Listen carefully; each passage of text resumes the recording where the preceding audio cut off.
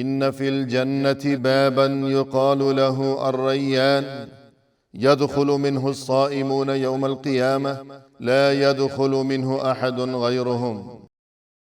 الحمد لله رب العالمين، والصلاة والسلام على سيد المرسلين وخاتم النبيين سيدنا وحبيبنا محمد وعلى آله وصحبه أجمعین و من تبعهم بإحسان إلى يوم الدین.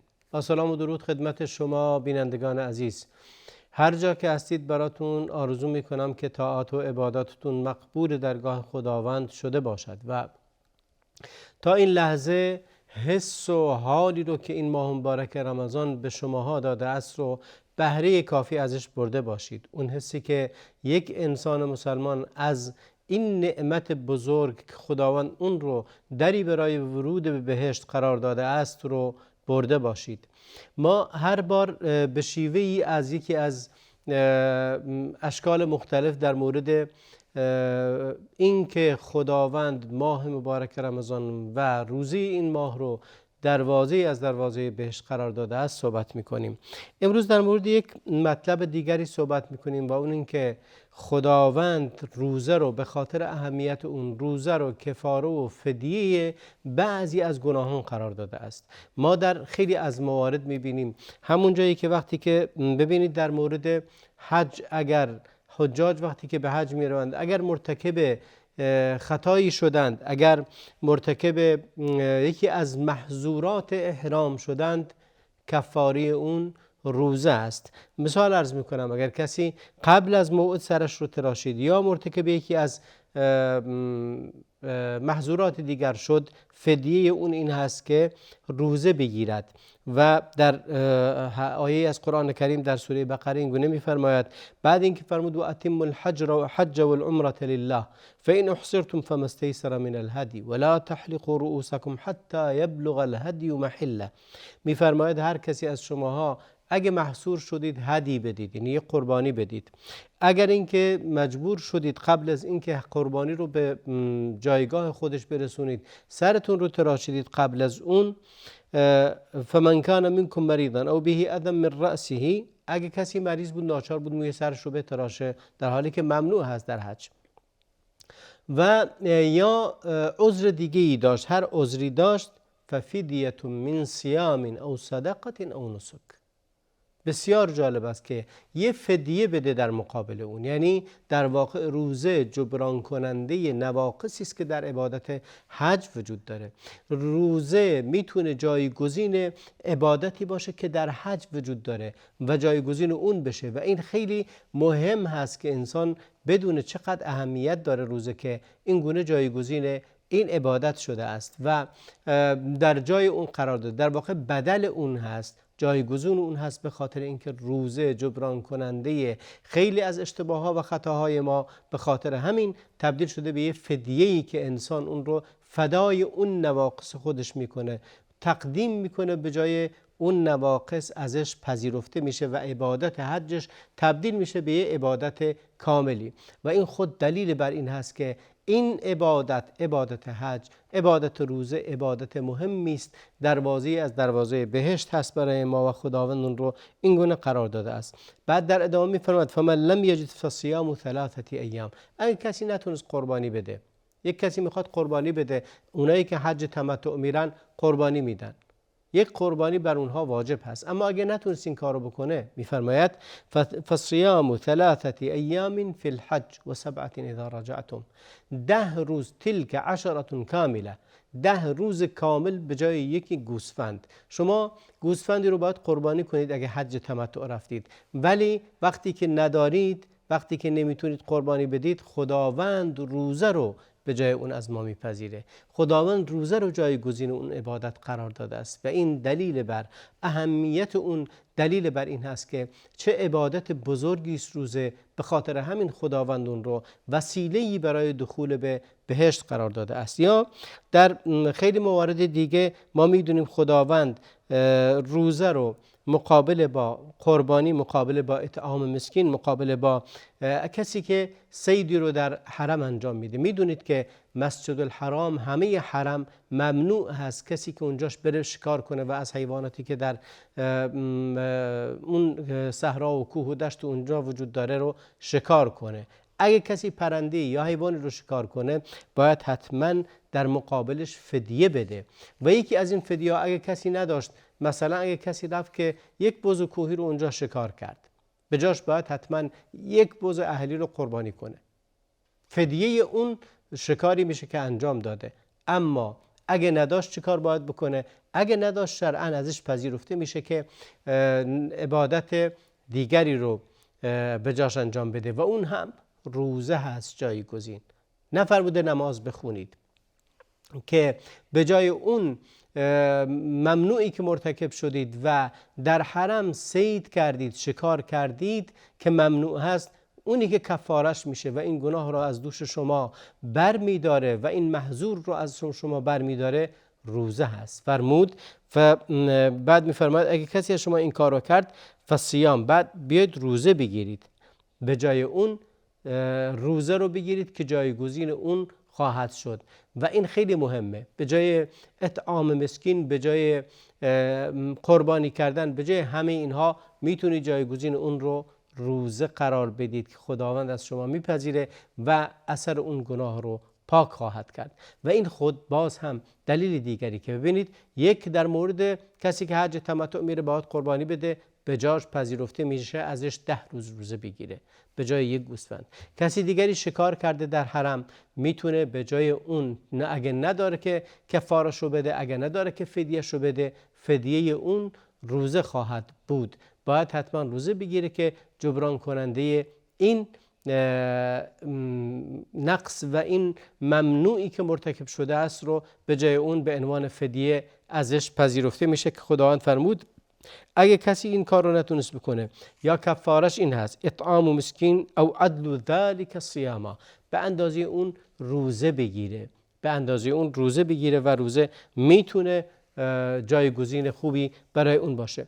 و همچنین در مورد کسی که کفاره قسم، کسی که قسم میخوره، اگه قسمی رو خورد و نتونست به اون قسمش عمل کنه، کسی که قسم یاد میکنه و نمیتونه به اون یاد کنه، باز هم خداوند روزه رو به جای کفاره اون قرار داده است که خداوند فرمود لا یؤاخذکم الله باللغو فی ایمانکم ولکن یؤاخذکم بما عقدتم الایمان فکفارته اطعام 10 مساکین من اوسط ما تطعمون اهلیکم او کسوتهم او تحریر رقبه فمن لم یجد فصیام 3 ایام ذلك کفاره ایمانکم اذا حلفتم.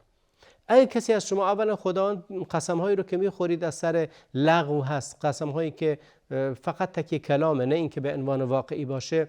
مثلا به کسی میگی به خدا باید بیاد خونمون، اون میگه نه نمیام و این قسم ها نه. اما قسمی که به قطع قسم میخورید اون رو کفارش این هست که 10 فقیر رو غذا بدید یا لباس بدید یا یه برده رو آزاد کنید. اگه اینا هیچ کدومش رو نداشتید، کفاره قسم شما به جای همه اونها این هست که 3 روز روزه بگیرید.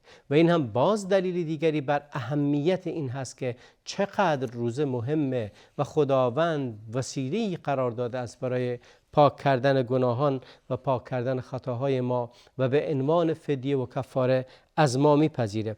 و همچنین غیر از این هم در مورد قتل خطا، قتلی که کسی که مرتکب یک قتل غیر عمد شده، کسی که بر اثر رانندگی باعث شده کسی فوت بشه یا کاری را انجام داده که در اثر اون انسانی فوت کرده، اینا بهش میگن قتل غیر عمد، قتلی که عمدی نبوده، به عمد انجام نداده. یکی از کفاره های مهم اون این هست که باید 60 روز روزه بگیره اگه کسی مرتکب قتل غیر عمد شد.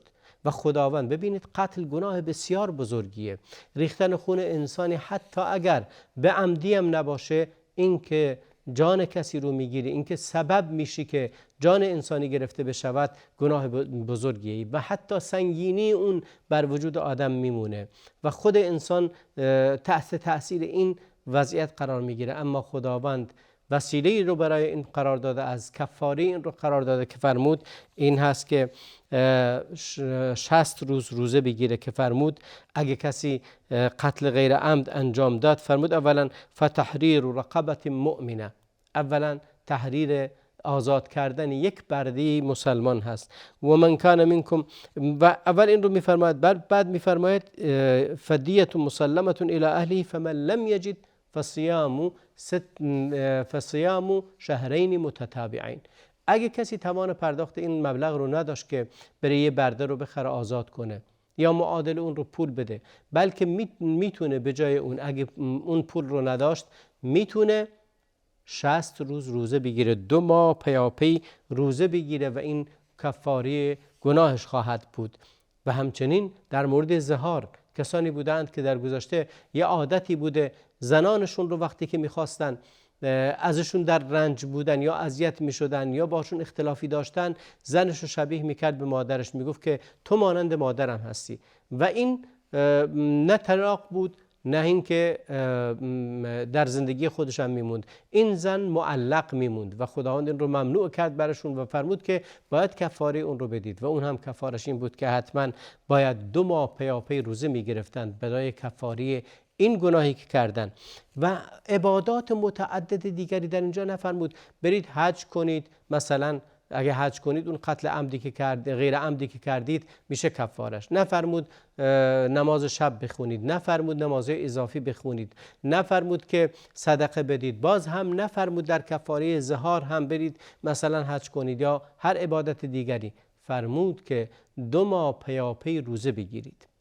و همچنین در احادیث پیامبرمون اومده علیه السلام کسی که در ماه مبارک رمضان با همسرش هم بستر می شود، در روزهای ماه مبارک رمضان با همسرش هم بستر می شود، روزه اون روزش باطل است و به جای اون باید حتما چیکار کنه؟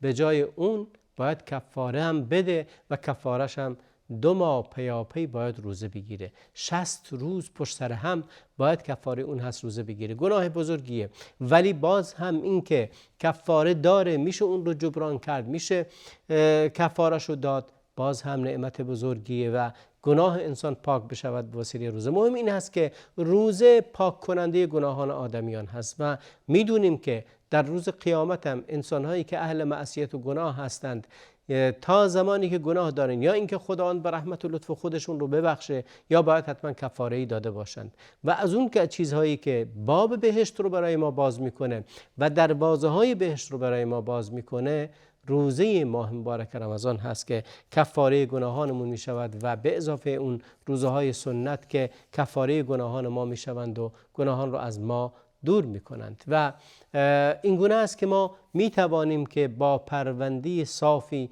با پرونده پاکی به پیشگاه خداوند بریم. اینکه انسان مطمئن باشه از این که گناهانش پاک شده است و وسیله‌ای باشه برای اینکه گناهان پاک بشود، بسیار بسیار مهم است و این از رحمت الهی و لطف خداوند است. اگر انسان همچنان در اسارت گناهش میموند، در اسارت اشتباهاش میموند و راهی برای جبران کردن وجود نداشت، چیکار میکردیم؟